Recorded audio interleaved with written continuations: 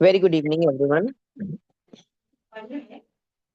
उन हजारों सच्चे सत्याग्रहियों जिन्होंने इस प्रकरण के पूर्वार्ध में उल्लिखित 11 कठोर प्रतिज्ञाओं का व्रत लिया है को तैयार कर जो भारतीय जनता को अहिंसा के आध्यात्मिक एवं भौतिक लाभों का बड़े धीरज के साथ परिचय कराने के द्वारा उन्हें अहिंसा के अस्त्रों अन्याय के बिकॉज जब तक वो उन्हें आध्यात्मिकता से परिचित नहीं करवाएंगे तब तक वो अहिंसा से परिचित भी नहीं होंगे, क्योंकि इनका सीधा संबंध है। अगर वो भौतिकता से संलग्न रहेंगे तो उनका अहिंसा से कोई लेना देना भी नहीं होगा, क्योंकि इनका कोई कॉम्बिनेशन नहीं है आपस में। जब जब स्पिरिचुअलिटी के डोर्स ओपन होंगे तभी अहिंसा समझ भी आएगी। तो इसीलिए उन्हें दोनों का बताया गया, दोनों कंसेप्ट उनको क्लियर किए गए।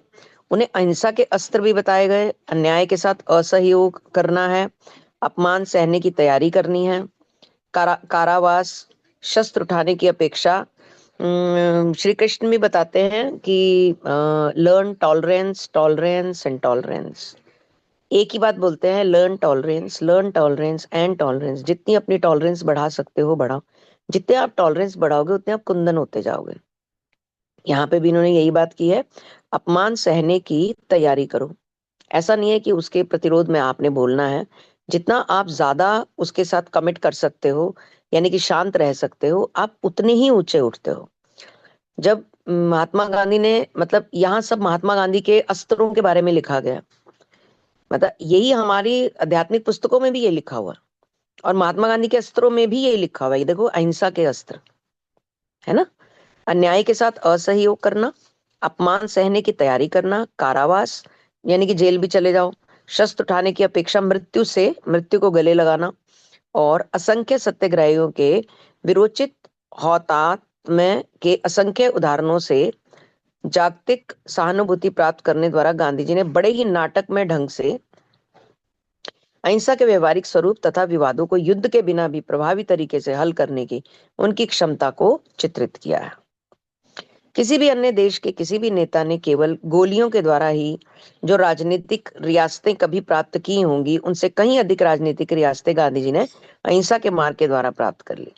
सब प्रकार के अन्यायों बुराइयों के उन्मूलन के लिए अहिंसात्मक उपायों का प्रयोग केवल राजनीतिक अखाड़े में ही किया गया है। उपायों का प्रयोग सिर्फ राजनीति के अखाड़ों में किया गया ऐसी बात नहीं है। भारतीय समाज सुधार के लिए भी अत्यंत नाजुक और पेचीदे क्षेत्र में भी इनका प्रयोग किया गया। गांधी जी और उनके अनुयायियों ने दीर्घ काल से चले आ रहे अनेक हिंदू मुसलमान विवादों को खत्म कर दिया। लाखों मुसलमान गांधी जी को अपना नेता भी मानते हैं। अस्पृश्यों को तो गांधी जी के रूप में अपना निर्भय और विजयी योद्धा मिल गया। गांधी जी ने लिखा था, यदि मुझे फिर से जन्म लेना पड़ा तो मैं अछूतों के बीच अछूत बनकर ही जन्म लेना चाहूंगा, क्योंकि उसके द्वारा मैं और अधिक प्रभावशाली ढंग से उनकी सेवा कर सकूंगा। अब एक बयान था ये जो उन्होंने दिया। महात्मा गांधी सचमुच महान आत्मा ही हैं। महान महात्मा का अर्थ ही महान आत्मा है, और उन्हें यह उपाधि प्रदान करने का श्रेय भारत की कोटि कोटि अशिक्षित जनता की सूक्ष्म दृष्टि को जाता है। इस नम्र संत का स्वयं अपने देश में भी आदर होता है। साधारण किसान भी गांधी जी के उच्च जी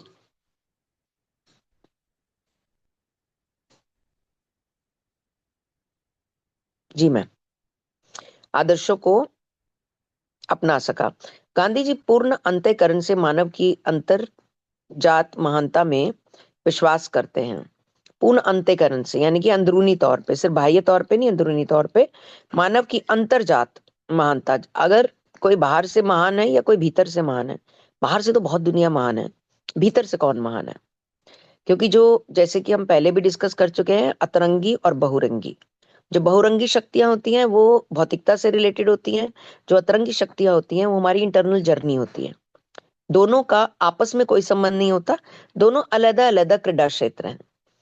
जो बहुरंगी शक्तियां होती हैं वो बाह्य समाज, बाह्य दुनिया, बाह्य लोग, बाह्य आवरण, बाह्य रंग ढंग उससे प्रेरित होती हैं। जो अतरंगी शक्तियां होती हैं वो ईश्वर के साथ अपने संबंध से प्रेरित होती हैं। तो गांधी जी भी किस में विश्वास करते थे? अंतःकरण में। से मानव की अंतर्जात महानता, तुम अंदर से कितने महान हो, उसके ऊपर बिलीव करते थे। इस मामले में विश्वास को धक्का लगते रहना तो अपरिहार्य है, परंतु फिर भी वे कभी निराश नहीं। वे धक्का उनको लगा बिकॉज ये आसान नहीं है journey, this is the toughest. और इसकी कोई रेशो भी नहीं है कि कितने में से कितने लोग इस जर्नी पर चलते हैं। इसमें कई लाखों करोड़ों में एक ही कोई होता है इस जर्नी पे कंटिन्यू रख सकता है अपने आप को, क्योंकि बहुत परीक्षाएं होती हैं इस जर्नी में। वे लिखते हैं, सत्याग्रही को कोई 20 बार धोखा दे तो भी 21वीं बार वह उस पर विश्वास कर लेगा, क्योंकि मानव स्वभाव में निर्विवाद विश्वास ही इस पथ का सार है। बिना किसी विवाद के विश्वास करना, बिना किसी विवाद से विश्वास करना, बिना किसी विवाद के विश्वास करना। 20 बार किसी ने धोखा दिया है, 21वीं बार फिर उस पर विश्वास कर लो, ऐसा गांधी जी कहते थे। एक बार किसी टीकाकार ने उनसे कहा, महात्मा जी आप असाधारण पुरुष हैं, आपको संसार में अपने जैसे आचरण की आशा नहीं करनी चाहिए। भाई आप तो असाधारण हैं, आप जो बातें कर रहे हैं, लोग कहते हैं ये कलयुग है, ये कलमश का युग है, तो इसमें आप आकर सतयुग की बातें कर रहे हैं। भाई कलयुग में ये कैसे पॉसिबल है? भाई आप तो महान आत्मा है, पर लोग तो महान आत्मा नहीं है। आपको संसार में अपने जैसे आचरण की आशा नहीं करनी चाहिए कि सब लोग अहिंसावादी बन जाएं या सब लोग इस तरह का आचरण करने लगे। गांधी जी ने कहा, कितना विचित्र है हम लोगों का यह सोचना कि शरीर में तो सुधार किया जा सकता है, पर आत्मा को ना तो कोई नहलाता है, ना आत्मा की कोई सफाई करता है, ना उसमें कोई साबुन मारता है, ना उसके लिए कोई प्रयास ही करता है, और ना चाहता भी है कि मैं अपनी आत्मा को जागृत करूं। अपनी सुप्त शक्तियों को जगाना, अपनी सुप्त शक्तियों को जगाना क्या असंभव है? यही सिद्ध करने की कोशिश में मैं लगा हूं कि मुझ में ऐसी शक्तियां हों भी, तब भी मैं अन्य सबकी तरह नश्वर हूं, और मुझ में ना तो कोई असाधारणता कभी थी और ना अभी है। मैं एक साधारण व्यक्ति हूँ। जो जो एक्चुअली में असाधारण होते हैं वही अपने आप को सदैव साधारण कहते हैं। जो उच्च स्तर पर पहुंच जाते हैं, ऊंची जगह पर पहुंच जाते हैं अपनी साधना से, वो अक्सर कहते हैं कि मैं ईश्वर का दास हूँ। वो जो उनके संबंध, उनके संपर्क में लोग होते हैं, उनको भी कहते हैं मैं तुम्हारा दास हूँ। दास शब्द वही व्यक्ति कह सकता है जो उच्च अवस्था में होता है, नहीं तो सामान्य व्यक्ति कभी मैं दास हूं जैसा शब्द का प्रयोग ही नहीं कर सकता। क्योंकि ये सब, ये एक लाइन बोलने के लिए कि मैं आपका दास हूँ, बहुत सारे अहंकार को खत्म करना पड़ता है, बहुत सारे क्या अहंकार का मर्डर ही करना पड़ता है। क्या वो जो ऊंची अवस्था पे पहुंच जाते हैं उनको तो कोई लेना देना ही नहीं होता है इस भौतिकता के साथ, कि दुनिया में क्या चल रहा है क्या नहीं चल रहा। उनकी तो अपनी दुनिया होती है, अपना जगत होता है, अपना संसार होता है। वो अपनी अंतरिम यात्रा पे होते हैं, उनको इससे कोई फर्क नहीं पड़ता कि बाहर क्या चल रहा है। तो गांधी जी यही चीज बोल रहे हैं यहाँ पर कि जो सुप्त शक्तियां हैं, मैं उनको जगाना चाहता हूँ। मुझ में ऐसी शक्तियां हूँ, और मैं एक साधारण व्यक्ति हूँ, अन्य किसी भी मर्त्यें मानव की भांति ही भूल कर सकता हूँ, मेरे से गलती भी हो सकती है, फटाफट सॉरी भी बोल देता हूँ, भूल को स्वीकार भी कर लेता हूँ। और मैं अवश्य स्वीकार करूंगा कि अगर भूल मान लेने की और अपने कदम वापस लेने की विनम्रता मुझ में है, मैं यह भी स्वीकार करता हूँ कि ईश्वर और उसकी महिमा में मेरा अटल विश्वास है। ईश्वर में विश्वास करना भी एक बहुत बड़ा प्रश्न है कि क्या ईश्वर है। ये एक बहुत बड़ा सवाल है। इस सवाल के असंख्य जवाब हैं, और असंख्य जवाब सबके इवन हमारी क्लास में ही होंगे। अगर क्लास के बाद सवाल पूछा जाए कि आप अपने अपने तथ्य से बताइए क्या ईश्वर है, अपने एक्सपीरियंस से, अपनी नॉलेज से, अपने जो भी आपके पास ज्ञान है उसके संदर्भ में बताइए, आपको क्या लगता है ईश्वर कौन है। तो सबके जवाब अलग अलग होंगे, सब अलग अलग जवाब देंगे, सब ईश्वर को अलग अलग कसौटी पे खरा उतारेंगे। कोई, किसी का क्या लेवल होगा, किसी का क्या लेवल होगा, किसी का क्या है। कोई कहेगा ईश्वर एनर्जी है, कोई कहेगा भगवान है, कोई कहेगा तस्वीर में है, कोई कहेगा है ही नहीं, कोई कहेगा आई डाउट, कोई कहेगा सब कहते हैं इसलिए मैं मानता हूँ। अलग अलग परसेप्शंस आएंगी, ठोक बजाकर इन सब लोगों में से कोई एक व्यक्ति बोल दे कि हाँ 100% ईश्वर है, तो वो बहुत लाजवाब उत्तर होगा। मैं यह भी स्वीकार करता हूँ कि ईश्वर अटल है, तथा सत्य और प्रेम के प्रति मुझ में अदम्य अनुराग भी है, बिकॉज ईश्वर प्रेम का ही दूसरा नाम है, और प्रेम जैसा शब्द सिर्फ ईश्वर के लिए ही बना हुआ है। कोई भी इंसान दूसरे इंसान से कभी प्रेम कर ही नहीं सकता, वो सिर्फ मोह करता है, वो ममता करता है, वो झुकाव होता है उसका, वो अट्रैक्ट करता है, आकर्षित करता है। पर कोई भी मनुष्य मनुष्य से प्रेम नहीं कर सकता। जैसे ही रीजन खत्म हो जाता है, प्रेम भी छू मंतर हो जाता है। जब तक रीजनिंग रहती है तब तक प्रेम रहता है, जहाँ रीजन खत्म होता है वहां लगता है कि ये क्या जरूरत है, ये तो दिखावा है, इसकी क्या जरूरत है, और वो तुरंत छूमंतर हो जाता है। और अगर हम इंसानी तत्वों में प्रेम देखें तो ये जीवन के अलग अलग दौर में अलग अलग होता है। कभी माँ से होता है, कभी दोस्तों से होता है, कभी गर्लफ्रेंड से होता है, कभी पत्नी से होता है, फिर कभी नौकरी से होता है, कभी अपने प्रोजेक्ट्स और प्रमोशन से होता है। फिर उसके बाद प्रेम किससे करना है किसी को कुछ नहीं पता। फिर इंसान भटकने लगता है 50 के बाद कि अब प्रेम करने कहाँ जाऊं, क्योंकि कोई है ही नहीं। क्योंकि वो डे 1 से भी ईश्वर ही था, डे 2 में भी ईश्वर ही है और डे 100 में भी ईश्वर ही है। बट हम शुरू में वहां से अपना ध्यान हटाकर इधर उधर के तत्वों में लगाते हैं, और बाद में जब हमें कोई नहीं मिलता तो फिर हम सोचते हैं कि चलो अब ईश्वर से ही कर लिया जाए, और कोई तो है नहीं। इस भावना से हम ईश्वर से प्रेम करते हैं, जबकि हमें डे 1 से ईश्वर से प्रेम करना है। परंतु क्या यही सब प्रत्येक मनुष्य में सुप्त अवस्था में नहीं है? क्या यही भावना हर व्यक्ति में नहीं है? फिर आगे उन्होंने कहा, भौतिक जगत में यदि हम नई नई खोजें और आविष्कार कर सकते हैं, भौतिक जगत में कर सकते हैं, तो क्या आध्यात्मिक क्षेत्र में ही अपना दिवालियापन घोषित करना जरूरी है? मेरे पास समय नहीं है, हम बहुत बिजी हैं, हमें जॉब में टाइम नहीं मिलता, हमारे बिजनेस से हम टाइम नहीं जी। निकाल पाते, हम तो मन मन में कर लेते हैं। नहीं, एक्चुअली हम मन के बहुत अच्छे हैं, हमारा मन साफ है जी, हम तो शीशे जैसा मन है जी, हम तो दिल के बहुत साफ है जी। ये कहकर हम जनरली भगवान के और समीप जाने से कतराते हैं, क्योंकि हमें लगता है कि हम भगवान के समीप जाएंगे तो हमारे बहुत सारे भौतिक बातिदा के बहुत जरूरी काम रह जाएंगे। तो इसलिए हम सिर्फ उसी को ही इग्नोर करते हैं। उसके अलावा हमारे सारे काम हो जाते हैं A to Z। हमारे कपड़े भी धुल जाते हैं, खाना भी बन जाता है, हमारे मेहमान भी निबट जाते हैं, और भी हमारे हजारों जरूरी काम सब हो जाते हैं।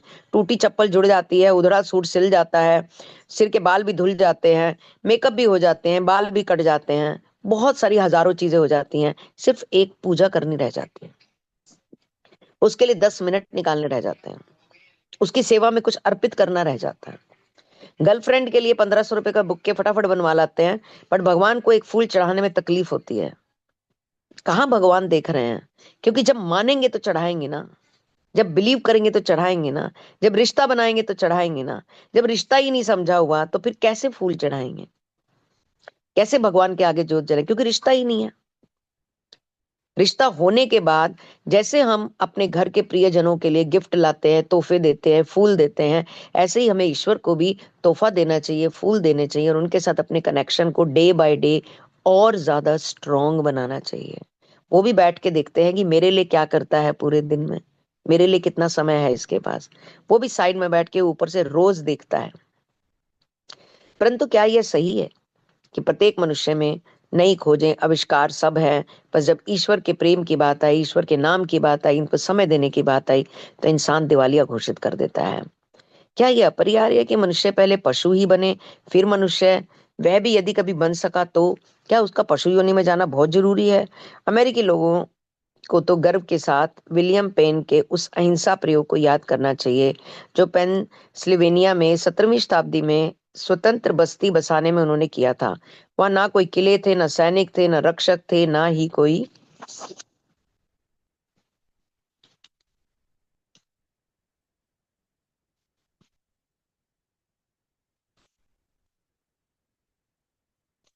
शास्त्र शास्त्रास्त्र थे, शास्त्र भी नहीं थे। अमेरिका में नए बसने आए लोगों के और रेड इंडियन लोगों के बीच जो बर्बर सीमा प्रांतीय युद्ध और निशंस नरसंहार चलते रहते थे, उन क्योंकि शास्त्र नहीं थे ना। उन्होंने कहा शास्त्रार्थ भी नहीं थे। जब शास्त्र ही नहीं है तो वहां तो नरसंहार चलना ही है, क्योंकि उन्हीं में तो बताया गया कि जिंदगी को जीना कैसे है। जिन्हें कभी पढ़ा ही नहीं है, इनके बारे में कभी जाना ही नहीं है, इनको पढ़ने की हमने कभी कोशिश ही नहीं की है, उसी में तो बताया गया जिंदगी को कैसे जीना। तो वो थे ही नहीं। तो बर्बर सीमा प्रांतीय युद्ध चलते थे, ये तेरी सीमा मेरी सीमा, तेरी दीवार मेरी दीवार, यही चल रहा था। निरशंस चलते थे। पेंसिल्वानिया के क्रैकर ही क्रैकर ही ऐसे लोग थे जिन्हें किसी ने कभी छुआ तक नहीं। बाकी लोग या तो लड़ाइयों में मार डाले गए या नरसंहार में, परंतु ये लोग पूर्णतः सुरक्षित थे। एक भी क्रैकर का क्या मतलब है, एक बार देखना। औरत पर कभी हमला नहीं हुआ, एक भी क्वैकर और क्रैकर क्वैकर बच्चे की हत्या नहीं हुई, एक भी क्वैकर आदमी को कभी कोई यातना नहीं दी गई। अंत में जब क्वैकर लोगों को उस राज्य का शासन छोड़ देने पर विवश होना पड़ा तो युद्ध छिड़ गया और कुछ पेंसिल्वेनिया के लोग मारे गए। परंतु केवल 3 क्रैकर ही इसमें मरे, और ये 3 लोग ऐसे थे जो अपने मार्ग से इतने भटक गए थे कि अपनी सुरक्षा के लिए वो शस्त्र रखते थे, क्योंकि ऊपर उन्होंने बताया कि उनके पास कोई शस्त्र नहीं होता था। फ्रैंकलिन डी रूजवेल्ट ने कहा था, प्रथम महायुद्ध में बल प्रयोग से शांति स्थापित नहीं हो सकी। जय पराजय दोनों ही समान रूप से नीरस सिद्ध हुए। विश्व को इससे सीख लेनी चाहिए कि लड़ाई झगड़े से, प्रथम महायुद्ध में बल प्रयोग से कोई रिजल्ट नहीं निकला। लाओजू का उपदेश था, हिंसा के जितने अधिक हथियार होंगे उतनी ही अधिक मनुष्य की दुर्दशा होगी। ये तो सारों को ही पता है। जितनी अधिकार, जितनी बंदूकें, जितनी तोपें, जितना ये सब ज्यादा होगा, हिंसा उतनी ज्यादा होगी। हिंसा की विजय का अंत, वो कैसी विजय, हिंसा से जो विजय हुई वो कैसी विजय हुई? वो तो शोक समारोह हुआ, विजय कहाँ हुई? हजारों लोग उधर भी गए, हजारों लोग इधर भी गए, तो वो विजय कहाँ हुई? बहुत गहरी लाइन लिखी हुई है। वो विजय कहाँ है? वो तो शोक समारोह है। गांधी जी ने घोषणा की, मैं विश्व शांति के लिए लड़ रहा हूं। उसमें कम किसी बात पर यह लड़ाई नहीं रुक सकती। यदि भारतीय आंदोलन अहिंसक सत्याग्रह के आधार पर सफल हुआ तो देश प्रेम को एक नया मार्ग प्राप्त होगा, और यदि छोटे मुंह बड़ी बात कहूं तो स्वयं जीवन को भी एक नया अर्थ मिलेगा। इससे पहले कि पाश्चात्य जगत गांधी जी के कार्यक्रम को एक अव्यवहारिक स्वप्न दृष्टा का कार्यक्रम मानकर उनकी उपेक्षा करे, कौन सा पाश्चात्य जगत भाई, क्या गांधी जी भी कैसी क्या बातें कर रहे हैं? ऐसे थोड़ा ना होता है। कितना अव्यवहारिक है। कोई तुम्हें 20 बार बोले और तुम उसको ना बोले, कितना अव्यवहारिक है। अव्यवहारिक माने उसको और उसकी उपेक्षा करें। उसे गैलीली के प्रभु की सत्याग्रह की व्याख्या पर विचार, उन्हीं से रिलेटेड, गांधी से रिलेटेड एक एग्जाम्पल उन्होंने और दिया हुआ है कि उसे गैलीली के प्रभु की सत्याग्रह व्याख्या पर विचार करना चाहिए। गांधी जी से सेम मैच करती होगी वो। जी।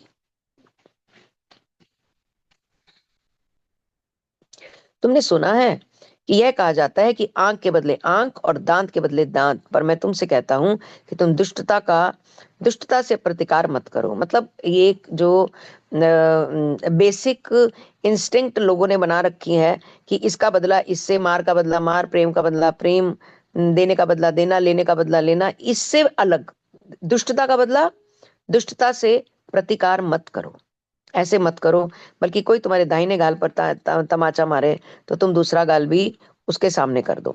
ये बचपन से सुना है, शायद चौथी पांचवी से ये वाला लाइन सुननी शुरू की थी। इसका अर्थ आज समझ में आया। 50 साल के बाद इसकी मतलब इसकी झलक देखने को मिलनी शुरू हुई कि इसका वास्तविक अर्थ क्या होता है। कि दाहिने गाल पर कोई तमाचा मारे तो तुम दूसरा गाल भी उसके सामने कर दो। विधि योजना की सूक्ष्म अचूकता के अनुरूप ही गांधी युग एक ऐसी शताब्दी में प्रसृत हो चला है जो दो दो विश्व युद्धों से ध्वस्त और बर्बाद हो चुकी है। ऐसी शताब्दी में जा रहा है, दो विश्व युद्ध हो चुके हैं। गांधी युग, गांधी जी के जीवन की प्रस्तर प्राचीर पर दिव्य लिखावट साफ झलक रही है, जो भाइयों के बीच फिर से रक्तपात के विरुद्ध चेतावनी दे रही है कि अब ये मत करो। जी मैम।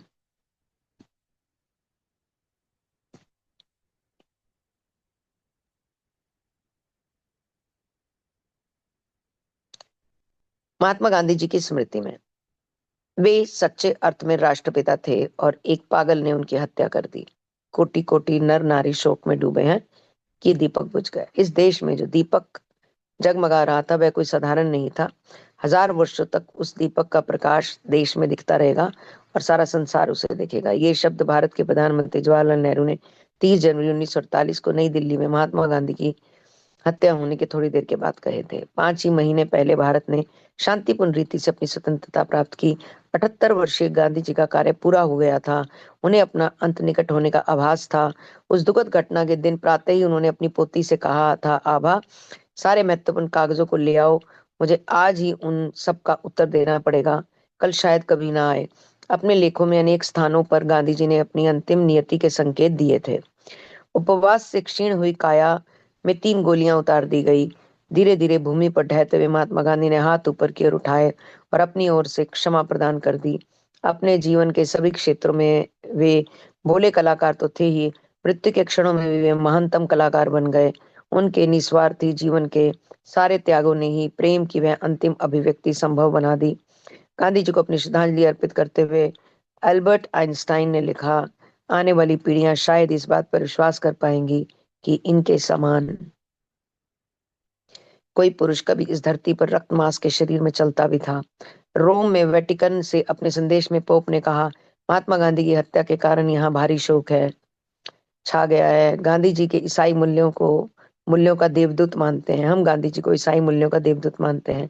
किसी विशिष्ट सत्य कार्य को संपन्न करने के लिए इस पृथ्वी पर अवतरित होने वाले सभी महापुरुषों के जीवन के साथ कोई ना कोई सांकेतिक अर्थ जुड़ जाता है।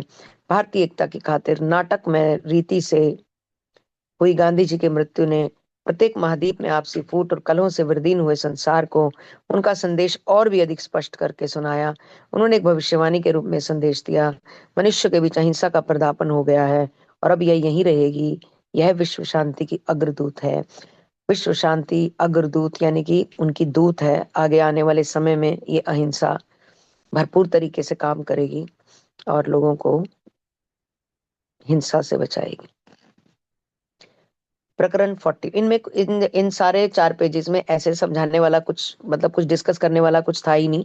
जस्ट उनकी गांधी जी की यात्रा थी और कैसी उनकी जीवन शैली थी, कैसा उनका जीवन था, कैसे उन्होंने प्राण त्यागे, इन सब के बारे में बताया गया था। तो उसमें इतना डिस्कस करने वाला कुछ ज्यादा मटेरियल नहीं था।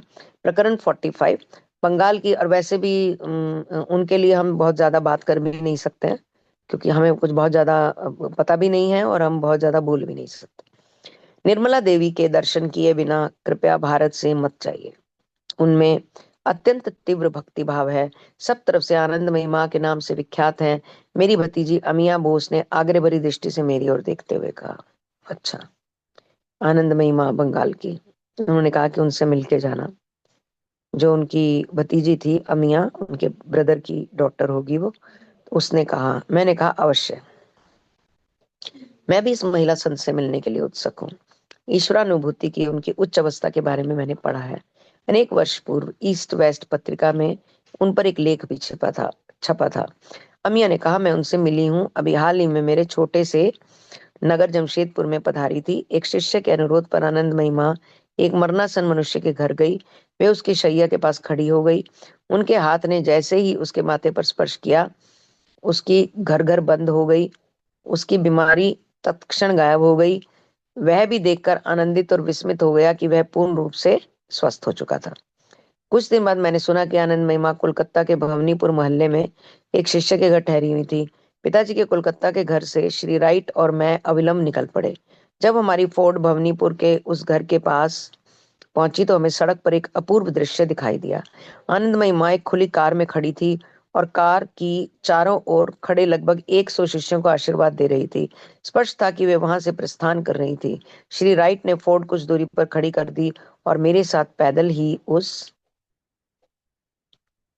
शांत जनसमूह की ओर चल पड़े। उस महिला संत ने हमारी दिशा में दृष्टिपात किया और वे कार से उतरकर चलते हुए हमारी ओर आने लगी। बाबा, आप आ गए। इन उत्कट शब्दों के साथ ही उन्होंने मेरे गले में अपनी बाह डालकर सिर मेरे कंधे पर रख दिया। श्री राइट को मैंने कुछ क्षण पहले ही बताया था कि इस संत के साथ मेरी जान पहचान नहीं थी, अतः इस असाधारण स्वागत का वे भरपूर आनंद उठा रहे थे। उन 100 शिष्यों के नेत्र भी इस प्रेम दृश्य को कुछ आश्चर्य के साथ निहार रहे थे, क्योंकि एक संत जो होता है वो सभी तरह की संभावनाओं से ऊपर होता है। जो भौतिकवाद में जमीन पर रहने वाले लोगों को दिखता है, ये स्त्री है, ये पुरुष है, ये ऐसा है, ये वैसा है, इसने उसको छू लिया, इसने उसको गले में बाहें डाल दी। जो इस धरती से ऊपर की दुनिया में अपना जीवन बिता रहे होते हैं, यानी कि इन सब भौतिक लक्षणों से ऊपर उठ जाते हैं, उनके लिए वो पुरुष स्त्री तत्व खत्म हो जाता है। उनके लिए वो सिर्फ एक सोल रह जाती है, सिर्फ एक प्रेयर रह जाती है, सिर्फ वहां पे ईश्वरीय प्रेम बच जाता है। बाकी सब हट जाता है वहां से, शरीर तो हट ही जाते हैं, उनका तो रोल ही खत्म हो जाता है। तो एक ऐसा सा संबंध निश्चित रूप से इनका रहा होगा कि एक जिनके बारे में अभी उन्होंने बताया कि वो उन्होंने एक मृत व्यक्ति को स्वस्थ कर दिया और जीवित कर दिया। ये कोई छोटी छोटी बात नहीं है। बहुत उनका एनर्जी लेवल बहुत हाई होगा और वो बहुत दिव्य आत्मा होंगी, तभी वो ये काम कर पाई। तो एक सोल का सोल से मिलन यहाँ पर दिखाया गया। मुझे तुरंत पता चल गया कि आनंदमयी माँ समाधि की एक उच्च अवस्था में थी। अपने बाह्य नारी रूप का उन्हें कोई भान नहीं रहा था। देखिए, बिल्कुल वही लाइन उन्होंने बोल दी कि समाधि की उच्च अवस्था। बहुत बहुत सुंदर लाइन बोली है उन्होंने। समाधि की उच्च अवस्था, जहाँ पे शरीरों की यात्राएं समाप्त हो जाती हैं और इंसान उससे भी ऊंचा उठकर अपने आप को महसूस करता है, क्योंकि तब उसकी लगाम ईश्वर के हाथ में होती है। तब वो खुद होता ही नहीं है, वो ईश्वरीय तत्व में ही लीन होता है पूरे तरीके से। उन्हें केवल तभी तो गॉड ने उनको ये राइट दिया कि तुम एक मृत व्यक्ति को खड़ा कर दो। ऐसे गॉड हर किसी को थोड़ा ना ये राइट दे देते हैं, क्योंकि वो गॉड की टीम में थी इसलिए उनको ये राइट दिया उन्होंने। बहुत कुछ छोड़ना पड़ता है ये सारी परिस्थिति में आने के लिए। और बहुत कुछ को मैं अगर बिल्कुल शॉर्ट बोल दूं तो इंद्रियों के जाल से बाहर आना होता है, बस सबसे ज्यादा जरूरी। इंद्रिय जाल, इंद्रियों का मोह जाल तोड़ना होता है। परिवर्तनातीत आत्मस्वरूप का भान था उस अवस्था में वे ईश्वर के। उन्हें सिर्फ अपने परिवर्तनातीत आत्मस्वरूप, सिर्फ आत्मस्वरूप के भान में थी, अपनी आत्मा के साथ जो उनका रिश्ता और आत्मा का जो ईश्वर के साथ रिश्ता, उसी का उन्हें भान था। उसके अलावा उन्हें कुछ उस टाइम भान नहीं था। उस अवस्था में वे ईश्वर के एक अन्य भक्त से आनंद के साथ मिल रही थी, ईश्वर के अन्य भक्त के साथ मिल रही थी। मेरा हाथ पकड़कर वे अपनी कार में ले गई। आनंद महिमा, मेरे कारण अपनी यात्रा में विलंब हो रही है। आनंद महिमा, मेरे कारण आपकी यात्रा में विलंब हो रहा है। मैंने कुछ विरोध दर्शाते हुए कहा, बाबा मैं कई युगों बाद इस जन्म में आपसे पहली बार मिल रही हूँ, इतनी जल्दी मत जाइए। हम कार की पिछली सीट पर बैठे रहे। आनंदमयी मां शीघ्र ही निश्चल समाधि में प्रविष्ट हो गई। उनकी सुंदर आंखें आकाश की ओर देखते देखते अर्धोन्मिलित होकर स्थिर हो गई। यानी कि आंखों का वो स्थान जहां पर आंखें, अंधेरे और रोशनी, जिसको हम अधखुली आंख बोलते हैं, क्रिया योग में ये बहुत सामान्य प्रक्रिया है। आंखों को ऊपर की तरफ उठा लेते हैं बिल्कुल, और जो पलकें हैं वो अधखुली होती हैं, और आपके आंख का जो ब्लैक वाला डॉट होता है वो ऊपर चला जाता है, और वाइट आंखें दिख रही होती है आपकी। ये वो साधना की चरम अवस्था होती है, जहां पे अंधकार और रोशनी का मिलन होता है। आंख को ऐसे स्तर पर फिक्स कर दिया जाता है। स्थिर हो गई और आंतरिक आनंद राज्य में झांकने लगी, और भीतर के आनंद, क्योंकि भीतर तभी जा पाएंगे जब बाहर से आंख बंद करेंगे। इसीलिए जो बोलते हैं मेडिटेशन करो, साधना करो, मौन होकर चुप होकर बस बैठ जाओ, बस बैठ जाओ, कुछ नहीं करना, बस बैठ जाओ, बिना किसी काम के, बिना किसी बात के, बिना किसी रीजन के, बस बैठ जाओ, आंख बंद कर लो। वो वाली अवस्था। धीरे धीरे धीरे धीरे दिमाग को आदत पड़ने लगी, ये रोज बैठती है, ये रोज बैठती है, चलो मैं भी थोड़ी मदद कर ही देता हूँ, ये रोज बैठती है। जब कोई रोज बैठेगा तब ब्रेन उसको सपोर्ट करना शुरू करेगा। जब कोई आज बैठा, फिर 10 दिन में बैठा, फिर 15 दिन में बैठा, फिर कहीं सुन आया फिर बैठ गया, फिर कहीं से कोई मोटिवेशन मिली फिर बैठ गया, साल में 40-50 बार बैठ गए, 150 बार, 70 बार बैठ गया, उससे कुछ नहीं होगा। जब कोई रोज बैठेगा तब वो नियम बनेगा, फिर बॉडी सपोर्ट करेगी, माइंड सपोर्ट करेगा, फिर वो उसके धीरे धीरे बिहेवियर, पर्सनालिटी, हर चीज में एंटर होना शुरू होगा। फिर वो कहेगा मेरा मन लगता है, मेरी लगन लग जाती है जब मैं आंख बंद करके बैठता हूँ। बहुत सुंदर अवस्था है बताई इन्होंने।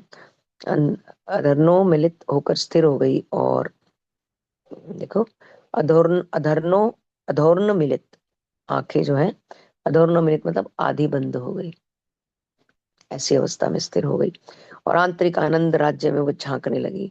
शिष्यगण सौम्य स्वर में माँ का कीर्तन करने लगे। भारत में मुझे नेक ईश्वर प्राप्त पुरुष मिले थे, परंतु इतनी उन्नत महिला संत को मेरी कभी मुलाकात नहीं हुई। उनका पवित्र मुखमंडल अनिवर्चनीय, मतलब वर्णन नहीं किया जा सकता, आनंद के तेज से दमक रहा था, जिसके कारण उनका नाम आनंद महिमा पड़ गया। उनके अनावृत सिर के लंबे केश दिखाई दे रहे थे। माथे पर एक पेज और पढ़ लेते हैं।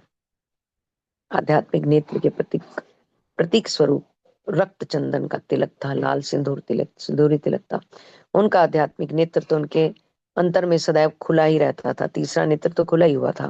छोटा सा चेहरा, छोटे छोटे हाथ, छोटे छोटे पैर, उनके आध्यात्मिक विशाल कायता के आगे के साथ कितना विरोधाभास।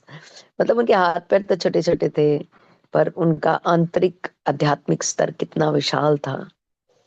मतलब दोनों ऑपोजिट थे एक दूसरे के। जितनी वो देखने में छोटी सी काया की लग रही थी, उतनी ही उनकी अंतर यात्रा विशाल थी। मतलब एबंडेंस ही थी। इस चीज की कोई सीमा नहीं है जिसकी हम कोई बैरियर नहीं बना सकते, कोई हासिल नहीं होता जिसका। आनंदमयी माँ समाधि में ही मग्न रही। मेरे पास ही खड़ी उनकी एक शिष्या से कुछ पूछ मैंने पास ही खड़ी शिष्या से पूछताछ की। शिष्या ने बताया, आनंदमयी माँ भारत में दूर दूर तक जाती हैं, भारत के अनेक भागों में उनके शिष्य हैं। उनके साहसी प्रयत्नों के फलस्वरूप अनेक सामाजिक सुधार हुए हैं। स्वयं ब्राह्मण होते हुए भी जाति भेद नहीं करती हैं, उनकी आवश्यकताओं का ध्यान रखने के लिए हम में से कुछ लोग सदैव उनका ध्यान रखने के लिए उनकी आवश्यकताओं का देखो, एक व्यक्ति कहता है मैं सारा टाइम भगवान का नाम लूंगा तो मैं कमाऊंगा कैसे, रोटी कैसे खाऊंगा, रोटी का काम कैसे चलेगा। भगवान ने इतना अद्भुत एक मतलब ये बहुत मुश्किल है, ये आसान नहीं है। भगवान ने एक इतना अद्भुत ये किया है कि कोई भी व्यक्ति अगर सिर्फ मेरा नाम लेके मांगता है ना तो तुझे मिल जाएगा। नाम लेके मांगना, मांगना मतलब अहंकार खत्म करना। कोई बोला मैं तो नहीं मांग सकता, तो फिर तू प्रभु का प्रेमी है ही नहीं, प्रेमी है ही नहीं। तू प्रभु का प्रेमी तब है जब तेरे में ये मांगने का गुण आएगा। और मांगने का गुण कब आएगा? जब आपका अहंकार समाप्त हो। अपने किसी भी नॉन के मित्र के घर जाते हैं, कहीं भी जाते हैं, अपने मुंह से बोल के कि मेरा ये खाने का मन है मंगा दो। हमारे टाइम में हमारी मम्मी हमें सिखाती थी, ऐसे होते ना तो ग्रीडी होते हैं, ऐसे भूखे बच्चे होते हैं, भूखे नहीं बनना, ये दिखाना है हम तो बड़े भरे पूरे घर से आए हुए हैं। इस तरह की बड़ी भ्रांतियां हमारे दिमागों में भरी गई थी। हमारा कभी मन भी हो तो हमने नहीं बोलना किसी को, हम जो खाएंगे वो अपने घर ही जाके खाएंगे, नहीं तो हम भूखे कहलाएंगे। समझ रहे हो? और ये भूखा ना कहलाना भी अहंकार का ही एक वर्गीकरण था। जो मन में है वो बोल दो ना कि मेरा ये खाने को मन कर रहा है, ये मंगा दो, या ऐसी बात करने का मन कर रहा है, ये कर, बोल दो, जो मन में है वो बोल दो। पति कहता है पत्नी को, पत्नी कहती है तुम कभी कहते नहीं सब्जी स्वाद है। पत्नी कहती है, पति बोलता है मैंने 3 बार खा ली और कैसे बताऊं स्वाद है। ये भी मौन भाषा है। पहले इन मौन भाषाओं पे कितने युद्ध हो जाया करते थे। पहले मतलब हम सबके ही जीवन में, जब हम अवेयरनेस में नहीं थे, हम अज्ञानता में नहीं थे, तो हम इन छोटी छोटी चीजों के लिए युद्ध करते थे। अब कुछ भी नहीं करते। युद्ध तो समाप्त हो ही गए हैं, बल्कि त्योहार और उपहार अलग से शुरू हो गए हैं। किसी की ये कहावत भी बचपन से सुनी है, मांगने से नहीं मिलता, बिन मांगे मोती मिलता है। ये भी सही है। जाने वो कौन सी महान शख्सियत थी जो मुहावरे लकोक्तियां जाने क्या क्या लिख गई। इन किताबों की एक लकोक्ति, एक मुहावरा कोई गलत साबित करके दिखा दे, पता नहीं, मुझे तो लगता है शायद ईश्वर ही लिख गए होंगे, ये सतयुग से ही चल रही होंगी, फिर हमारे किताबों का हिस्सा बन गई। क्योंकि इतना ज्ञानी मनुष्य कैसे हो सकता है कि एक मुहावरा भी गलत साबित नहीं हो सकता। करत करत व्यास के जड़मति होत सुजान। एक मुहावरा, कोई एक मुहावरा कोई दिखा दे कि ये गलत है, सब कुछ सटीक सेट बैठता है। और कोई एक 10वीं क्लास के मुहावरों को ही अपना जीवन बना लेना तो उसकी सारी जिंदगी सुधर जाएगी। उसमें से 10 मुहावरे भी उठा के बोलेगी इसे मैं जीवन बना लेता हूँ। कल का भटका आज घर आ जाए तो उसे भूला, आज घर आ जाए तो उसे भूला नहीं कहते। देखो जब जागो तभी सवेरा, मतलब कौन सा मुहावरा लकोक्ति है जो अर्थवान नहीं है, अर्थहीन है, एक भी नहीं। बस सिर्फ हमने इसे देखना है कि हमें सजगता से इसको कैसे अपने जीवन में उतारना। हमें माताएं बनकर उनकी देखभाल करनी पड़ती है। उन्हें तो अपने शरीर का भान भी नहीं रहता। उन्हें यदि कोई भोजन ना कराए तो मांगेंगी नहीं, भोजन ही नहीं करेंगी ना। उनके बारे में किसी जो दीवाने हो जाते हैं ना, दीवाने टाइप के लोग होते हैं। हमारे भी स्कूल में एक सर आया करते थे, वो थिएटर क्लासेस लेते थे। He was very passionate about theatre and all. तो जब वो आते थे तो उनके लिए उनकी आवभगत, ये मैंने बहुत पहले बताई थी, ये बात शेयर की थी। उनकी आवभगत के लिए स्कूल उनको चाय चाय के साथ कुछ भोजन व्यवस्था अच्छे से करता था उनके लिए। वो दिल्ली से आते थे, बट जब वो सिखाने लगते थे ना लोगों, मतलब बच्चों के साथ जब वो इन्वॉल्व होते थे, उनको पता भी नहीं चलता था, उनकी चाय के ऊपर ना पपड़ी आ जाती थी, चाय उनकी ठंडी हो जाती थी, उनका भोजन सूख जाता था, ठंडा हो जाता था बिल्कुल।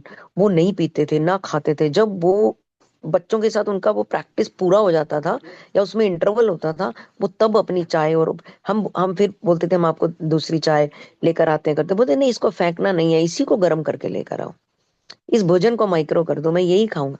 जो जो सच में संजीदगी वाले लोग होते हैं ना, सच में जिनके अंदर काम को लेके दीवानापन होता है, मतलब जो प्योर होते हैं, जो ओरिजिनल होते हैं, वो सब इंद्रिय जाल से बाहर आ चुके होते हैं।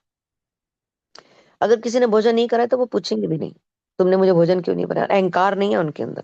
मैं कई गुरुओं के अंदर अहंकार आ जाता है, ये मेरे लिए कैसे क्यों नहीं किया। उनके अंदर कोई अहंकार नहीं। उनके सामने हम उन्हें तो भी उन्हें स्पर्श भी नहीं करती। हम उन्हें अपने हाथों से खिलाते हैं ताकि वे जगत को छोड़कर चली ना जाए, जिंदा रहें। प्राय कई दिनों तक वे समाधि में रहती हैं। उस समय उनका श्वास बहुत थोड़ा सा नाम मात्र के लिए चलता है। पलकें बिल्कुल नहीं झपकती।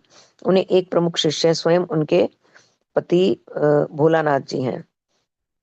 उनके एक प्रमुख शिष्य स्वयं उनके पति, अच्छा उनके शिष्य ही हैं वो, पति भोलानाथ जी हैं। अनेक वर्ष पूर्व विवाह के शीघ्र ही बाद भोलानाथ जी ने भी मौन व्रत ले लिया था।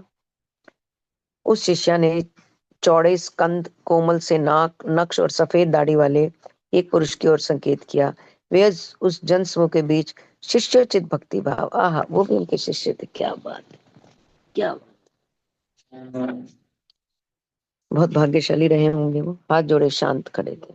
अनंत में डुबकी लगाकर तरोताजा हुई आनंदमयी माँ अब स्थूल जगत पर अपने मन को केंद्रित, स्थूल यानी कि जिस जगत में हम रहते, स्थूल जगत। अब हम सब बहुत प्यारे तरीके से जान चुके हैं कि स्थूल जगत, सूक्ष्म जगत, हम इनके बीच में रोटेट करते रहते हैं, घूमते रहते हैं अपनी अपनी परिस्थितियों के हिसाब से।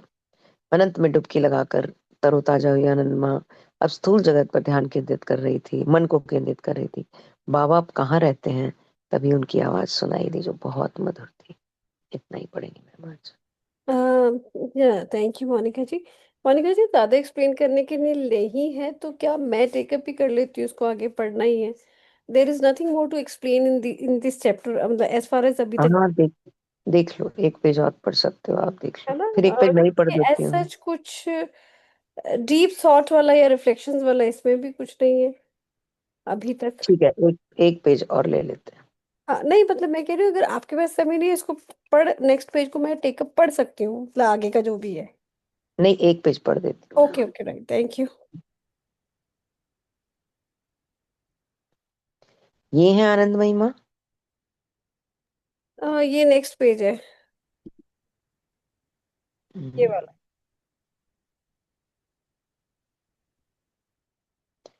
श्री श्री परमाहंस योगानंद जी, श्री आनंदमयी माँ एवं उनके पति श्री भोलानाथ। देखो, मैंने अर्चना जी के घर आनंदमयी माँ का चित्र देखा है। अर्चना जी के घर लगा हुआ है उनका चित्र। ये उनके पति हैं साथ में, भोलानाथ जी। अभी तो मैं कोलकाता या रांची में रहता हूँ, पर जल्दी ही अमेरिका लौट जाऊंगा। अमेरिका, हाँ वहाँ के आध्यात्मिक जिज्ञासु एक भारतीय महिला संत का पूरे अंतःकरण के साथ स्वागत करेंगे। क्या आप आना चाहेंगी? बाबा ले जाएंगे तो आऊंगी। इस उत्तर से आसपास खड़े शिष्यों में हलचल मच गई। उनमें से एक ने तुरंत मुझे दृढ़ता के साथ बताया, हम में से कम 20 या उससे अधिक लोग हमेशा आनंदमयी माँ के साथ यात्रा करते हैं। हम उनके बिना जी नहीं सकते। जहां भी वे जाएंगी वहां हम भी जाएंगे। उन्होंने भी स्ट्रांगली बोल दिया। अचानक विशाल का इस स्वरूप धारण करने की अव्यवहारिक क्षमता से युक्त जानकर इस योजना को मैंने अनिच्छा पूर्वक ही छोड़ दिया। अव्यवहारिक क्षमता से युक्त की बहुत अव्यवहारिक था कि अमेरिका में उनके 20 शिष्य को भी ले जाऊंगा, माँ को भी ले जाऊंगा। तो उन्होंने इच्छा पूर्वक नहीं, अनिच्छा पूर्वक, अनिच्छा पूर्वक मतलब मन नहीं कर रहा था उनका, बट उनको छोड़ना पड़ा। आखिर आनंदमयी माँ से विदा लेते समय मैंने उनसे कहा, अच्छा अपने शिष्यों के साथ कम से कम रांची आइए। स्वयं दिव्य शिशु होने के नाते आपको मेरे विद्यालय के बच्चों से मिलकर आनंद होगा। जब भी बाबा ले जाएंगे मैं खुशी से चलूंगी। इसके कुछ दिनों बाद आनंदमयी माँ के आगमन की खुशी से रांची के विद्यालय में उत्सव छा गया। बच्चे तो उत्सव के किसी भी दिन की ताक में ही रहते हैं। कक्षाएं नहीं, घंटों तक गीत संगीत और इन सब के ऊपर भोज। आनंदमयी माँ की जया जय, आनंदमयी माँ की जय। आनंदमयी माँ जब अपने शिष्यों के साथ विद्यालय के प्रवेश द्वार से अंदर आई तो बीसियों नन्हे मुन्ने बच्चों के कंठ से उत्साह के साथ होती जय जयकार ने उनका स्वागत किया। गेंदे के पुष्प दलों की वृष्टि, करतालों की टन शंखों की गगनभेदी ध्वनि, मृदंग पर ठेक, आनंदमयी मां सदैव की भांति अपने अंतर में स्वर्ग धारण किए विद्यालय परिसर में मुस्कुराते हुए घूम रही थी। अपने अंतर में स्वर्ग धारण किए, क्या लाइन है। यानी कि अपने अंतर में, बस स्वर्ग के लिए तो क्या ही कहें। जब मैं उन्हें अपने साथ मुख्य भवन में ले जाने लगा तो उन्होंने कहा, यहाँ सब बहुत सुंदर है। बच्चों की सी मुस्कान के साथ वे मेरे पास बैठ गई। किसी को भी वे अपने घनिष्ठ मित्रों से भी अधिक घनिष्ठ प्रतीत होती थी। तथापि दूरत्व का एक प्रभामंडल सा भी उन्हें सदैव घेरे रहता था, सर्वव्यापकता का विरोधाभासी पार्थक्य।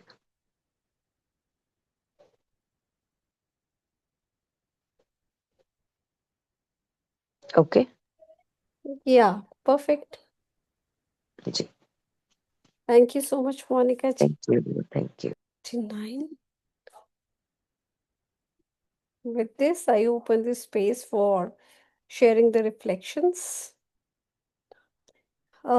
लास्ट चैप्टर में भी और इस चैप्टर में भी कुछ अगर टेक अवेज या रिफ्लेक्शंस हैं, those who want to share, and every time those who share, like Sheetal, Sunaina, Yogini ji, please share.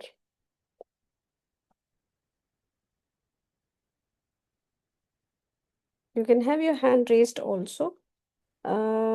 इस चैप्टर के बारे में या लास्ट चैप्टर में भी अगर लगता है, जो गांधी जी का चैप्टर था उसमें भी, और आनंदमयी माँ के बारे में भी, कुछ भी ऐसा रिलेटेड, या कुछ ऐसा जो आपको बहुत अच्छा लगा, जैसे कि जब मोनिका जी पढ़ रहे हैं तो अ, मैं उनके बारे में जो जैसे देख रही हूँ कि वो बिल्कुल ही बच्चे जैसी थी.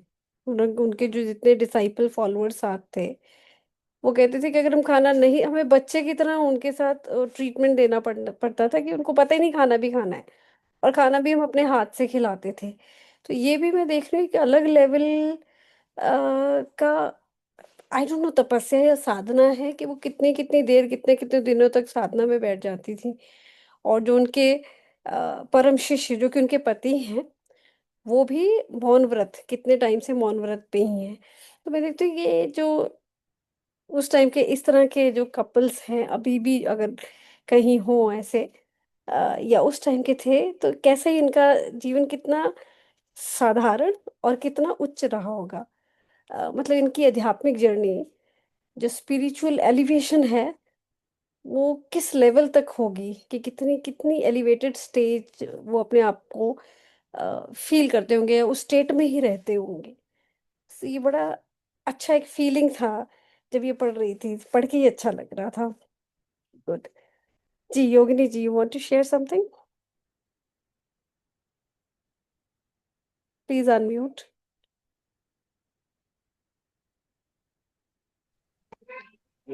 जैसे जो आपने कहा ना, मेरे को भी वही चीज बहुत सुंदर लगा जब मोनिका जी पढ़ रहे थे, बड़ा ही मजा आ रहा था सुन के।